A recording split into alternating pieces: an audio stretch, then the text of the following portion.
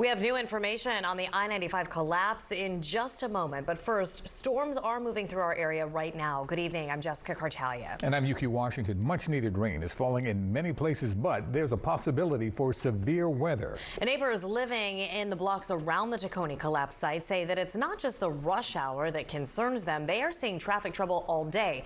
Throughout today, only local traffic was able to get through the streets near the collapse site, and it often looked just like this. Drivers trying to make U-turns, trying to figure out where exactly they're going. Luke Stasky lives off of Princeton Avenue and says traffic on the main roads, Frankfort and Torresdale, has already spiked. He's concerned now about how the smaller streets like his will handle more cars, trucks, and construction vehicles in the months to come. We begin this morning with the rising death toll from that historic wildfire that ripped across parts of the Hawaiian island of Maui. Almost 100 people have been confirmed dead, and many are still missing. The Inferno is the deadliest U.S. wildfire in more than a century, and over 2,500 structures have been destroyed. CBS's Jessica Kartalija is in Maui with more on this. Good morning. Good morning to you, Chanel. Officials here on the island of Maui are urging anyone who's still missing loved ones to please go out and get a DNA test. And the police chief says while they are going as quickly as possible, they're recovering these victims with respect and what they call aloha. Search and rescue teams are going door to door in hard-hit Lahaina with dozens confirmed dead and hundreds missing after last week's tragic wildfires. Our people are suffering, and we continue to work to find them. I heard terrifying screams. Lahaina resident Craig Bradley captured this video of the fire before escaping his home. I saw it going up, and I was like, I gotta get out of here. And that's when I ran back to my house and threw a few more things in my car. With flames moving closer, Bradley says he rescued two people who were also trying to get away on a motorcycle. They're like, motorcycle won't start. And so there's a chance that if I hadn't been there at that moment and waited to that last second, I wouldn't have been able to save my two friends. Here in Kihei, donations are being collected to help the thousands who have been displaced and are now relying on shelters to get by. This is all we got right now, and donations. This man and his family now live in an encampment after losing their apartment, but they hope to return home. I'm gonna try my best to find a way to stay in the town where I'm from, the place that I love. Officials estimate the recovery will cost more than $5 billion, but that doesn't account for the emotional toll of what's being called the largest natural disaster in the state's history. And of the victims recovered, only 2 have been positively identified, and only 3% of the area has been searched. Chanel? Jessica Kartalija live for us in Maui this morning. Thanks so much. Turning now to Hawaii, where the devastating effects from last week's deadly wildfire can be seen across Maui. The death toll has risen to 99 people, but officials warn that number is likely to go up, with thousands still missing. Most of the victims are still unidentified. The island is not out of danger yet. There are fires burning, and residents are worried about what's to come, with more high winds possible. CBS's Jessica Kartalija is live in Maui for us. Jessica, good morning. Good morning to you, Wendy. Police are expected to release some of the names of the victims who have been positively identified by family members. This, of course, as the recovery efforts here on the island continue. Desperate West Maui residents waited in long lines for hours for a pass to get temporary access to their homes. I don't know how things gonna be because we don't have no housing or whatnot, so we just hope for the best. In Lahaina, search operations are stepping up, with more than 1,000 people still unaccounted for. They will find 10 to 20 people per day probably until they finish. As survivors look to return home, looting has also become a major concern. There were some people who went back to their places and sheltered in place because their homes were intact, and they had to fend off potential break-in. The hospitality industry is urging people who can reschedule plans to come to Maui to try and do so. However, at some point, they're going to have to continue with the tourism as the island relies on those dollars. Wendy? Of course, Jessica Kartalija in Maui. Jessica, thanks.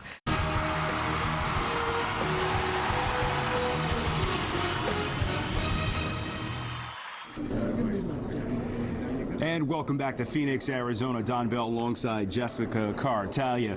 We are at the NFL Honor Ceremony. We are actually physically standing on the red carpet. On this night, it's pretty special for a lot of NFL players because they tend to hand out all these awards that guys have been working pretty much their entire lives for. Right, MVP, we're talking about Coaches Awards. Lots of big celebrities are going to be here today. That's right. Philly's own Meek Mill, Cheryl Lee Ralph, Tiffany Haddish, Terry Bradshaw coming down, our own Nate Burleson, CBS Mornings. It's going to be a fun night. Yeah, it's going to be a fun night indeed. And of course, we continue our Super Bowl coverage here as we lead up to Super Bowl 57. Now, even though the Eagles are playing in the Super Bowl thousands of miles from home, there's still a lot of Philadelphia pride surfacing out west here in the desert. Yeah, if you're an Eagles fan living in Arizona, the Rock Bar in Scottsdale is the place to be on game day. We caught up with several Philly natives who now call the desert home. They say they love coming here to watch the birds. And when you walk into this bar, you actually forget that you're not in Philly. You walk through that door on game day, close your eyes, you swear you're at a corner bar in South Philadelphia.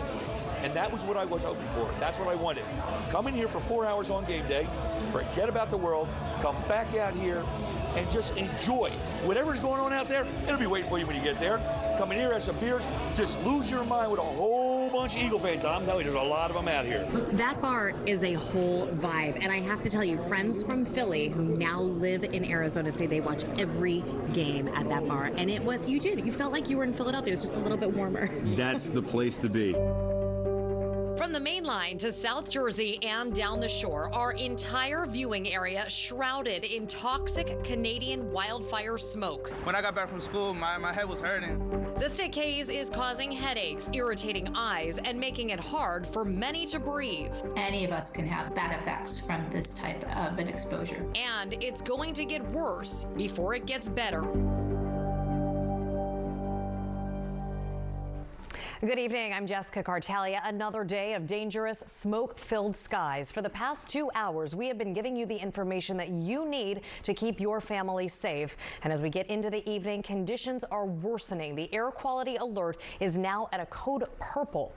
Looking live outside, visibility is very low. Many outdoor activities are being postponed, including tonight's Phillies game against the Tigers. It's too dangerous for even professional athletes to be outside. Some perspective now from Chopper 3. This video was shot over the Northeast around noon today. You can barely make out the Delaware River or Betsy Ross Bridge. Our chopper can't fly right now because of the conditions, but we have been recording our roof cam since 4 o'clock. This time lapse shows just how the smoke has thickened in the past 2 hours. The city is starting to appear orange. And also on tap this weekend, it's the last 2 days of Philly Beer Week. The 10-day citywide festival ends on Sunday. Breweries and restaurants throughout the region have been hosting events like beer pairing dinners and happy hours. Beer Week started back in 2008. Cheers to that. Cheers for sure. Cheers to everything moving out, finally. You know, we say 3 days we had to be cooped up inside, but it seemed like a lot longer than that. Right. And after COVID, everything seems like we can handle anything at this point. But yeah, thank goodness. Just in time for the weekend. Yeah, really. The timing couldn't have been more perfect. The Red Hot Phillies, I was going to say Red Hot Philly Peppers, continue their homestand tonight. That's good. We should coin that phrase. You know what? I hope nobody's really paying attention. We get T-shirts made. Go down there and sell them at the ballpark. Red Hot Philly Peppers. Don't tell anybody. Happening now in Southwest Philly, a big problem for pedestrians. A hole in a bridge that people walk over, including young children. You can see that gaping hole, and if you were to look right through it, you would see the railroad tracks below. As Matt Petrillo reports, it is a big concern with many young students getting on and off the bus here who could find themselves caught in that hole. Water woes. Several communities in New Jersey have low to no water pressure. The reason for the issue and how long it will take to fix. And Philly's got it going on. The Roots Picnic, Pride Weekend, and so much more. A huge lineup of events in the city means a big boom for local businesses. But we begin with storms and downpours, and a big drop in temperature has come along for the ride. Good evening, everyone. I'm Yuki Washington. I'm Jessica Kartalija. Today was the hottest day of the year so far, with temperatures surging into the 90s. And this evening, the skies opened up, bringing some parts of the region much needed rain. But it caused slow going on the roads. This video taken by our CBS News Philadelphia crew as they drove along Kelly Drive. Ocean City officials say that Memorial Day weekend was too rowdy on the beach and the boardwalk, and now they're cracking down. This is a live picture of a much quieter boardwalk tonight. Officials are putting teenagers and their parents on notice. CBS News Philadelphia's Siafa Lewis has more. On Memorial Day, dozens of residents in Easton were displaced after a fire tore through an entire block of row houses. Officials say it started as a house fire in one of the homes on 9th and Ferry Street, but quickly spread, impacting at least 15 buildings. Everyone made it out safely. However, Red Cross volunteers estimate at least 60 people are displaced. Some lost everything. Others are hoping to find some of their belongings as they sift through the ashes. All these buildings were built in 1900. There's no firewalls, and it's all balloon frame construction. In this situation, we're looking at probably 14 to 16 homes where no one's going to be able to move back in. It's depression to know that you're losing your stuff that you put your hard-earned money in and but I got my health. The Red Cross has set up a shelter at Paxenosa Elementary, where they're working to provide financial assistance and resources. As we continue tonight, an urgent search for more survivors. All right, Bill, thanks. We're staying on top of breaking news out of Jackson Township, Ocean County, where, as you see, this wildfire is growing. The fire has burned at least 15 acres. It is not at all contained. 30 nearby buildings are being threatened by these flames. You are looking live now from Chopper 3, and we are going to stay on top of this for you. We are told that officials will give an update on the firefight right around 7 o'clock. Now, all this dry weather that we've had is really creating some dangerous conditions out there. Hot spots flared up today from a weekend wildfire in South Jersey. CBS News Philadelphia reporter Nikki Dementri caught up with firefighters and concerned residents today. Right now at 6, a hidden danger in the grocery store. Items are pulled off of store shelves after a teenage worker is accused of messing with the food. Good evening, I'm Jessica Kartalija. Yuki is on assignment. If you shop at a certain store, you need to check your groceries very carefully. An employee is accused of putting sewing needles inside of some items. Pennsylvania State Police are investigating the situation at the Giant store in Lower Macungie. That's in Lehigh County. CBS News Philadelphia reporter Dan Snyder is live outside of that store where he spoke with some concerned shoppers. Dan, thank you. We are working to learn what led up to a deadly shooting in Grays Ferry where a young teenager lost his life. It happened on the 5300 block of Grays Avenue. A 16-year-old was shot twice in his head. Police searched a house where they believe those shots came from. So far, no arrests have been made. A man who spent the last 3 years building an organization to help the homeless is now picking up the pieces after an early morning fire. This building on Estee Street in Southwest Philadelphia served as transitional housing. We spoke to a woman who lived there. She came back this afternoon to see what was left. No one was injured in that fire. The Red Cross is assisting people who used to live there. In Montgomery County, a woman is dead after a house fire in Narberth. This fire broke out around 3:30 this morning on Hamden Avenue. 66-year-old Deborah DeMeo was killed. The fire marshal, as well as Narberth and Lower Merion police departments, are now investigating. And a perfect day for it. And tomorrow looks even better. Yeah, it's a good one to get outside. Oh, I love it. This Dry. week is good. Yeah, you fire up the grill. Yeah. Spend some time with friends and family. Let's go. Is that an invite? It sure is. Okay, cool. You bring the stuff, we'll fire it up. Done. Absolutely. Kensington has been plagued by an opioid crisis for years. Now, another drug on our streets is making a devastating situation catastrophic. According to a medical toxicologist at Temple, a veterinary sedative called xylazine can be found in 90% of Philadelphia's dope supply. The video you are about to see is hard to watch.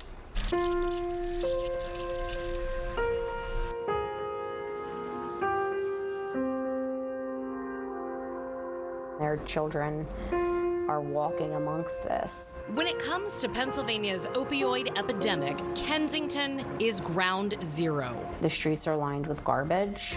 You can smell infection, and there are hundreds of unhoused individuals without access to public restrooms or showers or housing.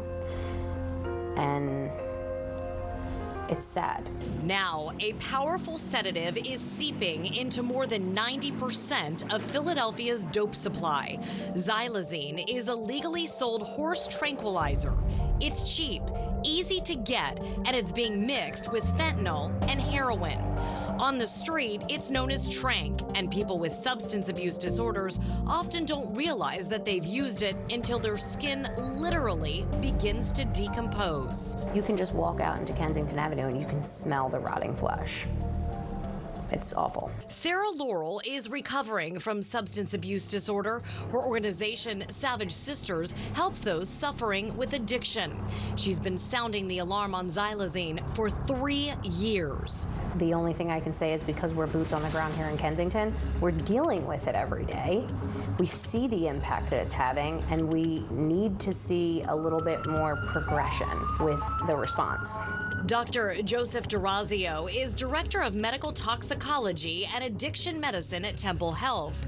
He says they've become the epicenter of the xylazine crisis due to their close proximity to Kensington. You know, at any one point in time, we probably have 50 patients in the hospital that have complications, serious complications from injection drug use. And so you got to think that all 50 of those patients have been exposed to xylazine. Why is xylazine leading to this necrosis or the death of body tissue? Are some things that are unknown at this point in time. You know, we see sometimes that people are getting wounds at areas that they're not injecting, so maybe it's not such a local effect. It could be a systemic effect. Vascular effects with this drug. It probably have 15 patients in the hospital who have severe wounds that we're trying to treat. Xylazine can knock a person out for 3 to 5 days, and because it's not an opioid, drugs like Narcan don't effectively reverse an overdose. The Narcan works on the part that's fentanyl there, and then we use the oxygen tanks for the respiratory depression that is caused by the xylazine. At the Savage Sisters headquarters in Kensington, they regularly see the ravaging effect of these drugs. Does anything surprise you when people walk through these doors? No.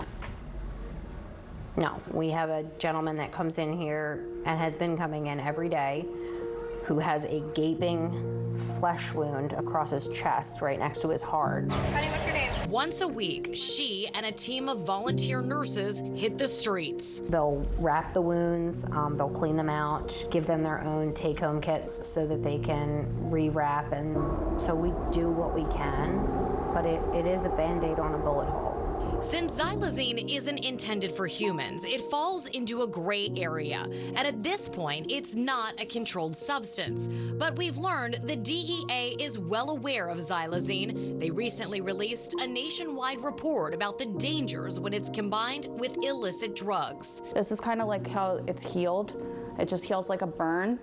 But yeah, this was like all open. Recovering herself, Melanie Bettis works at Savage Sisters. Did you know you were using xylazine? No, absolutely not. I came here because this was the easiest, most convenient open air drug market, and it was 15 minutes away from where I was raised. Her story isn't unique. So here's the thing, the people that we serve in Kensington are not from Kensington. These children that are on the streets that are unhoused are from Delco, Monco, Bucks, Chester. They're from all over the state. They come to Kensington and they get stuck here. What do parents need to look for? The wounds start as smallpox. They look almost like picking scabs on people's arms. I would say the urgent cares in the emergency rooms out on the main line need to start looking for those wounds and testing for xylazine. What is it going to take for hospitals to start testing for xylazine? Got to be awareness, understanding that it's in our community and affecting people. Currently, the way it stands is we need to send it out to a forensic lab that takes days for us to get a response. And so it's not so helpful at the bedside when we're trying to help patients. Why are you helping these people? They're my friends, so. I used to be homeless in Kensington. I do know what it feels like to need a shower, to just need somebody to know my name. I know what that feels like to be invisible. We researched a well-known lab in Nashville that does test for xylazine, but it can take up to 3 days for results.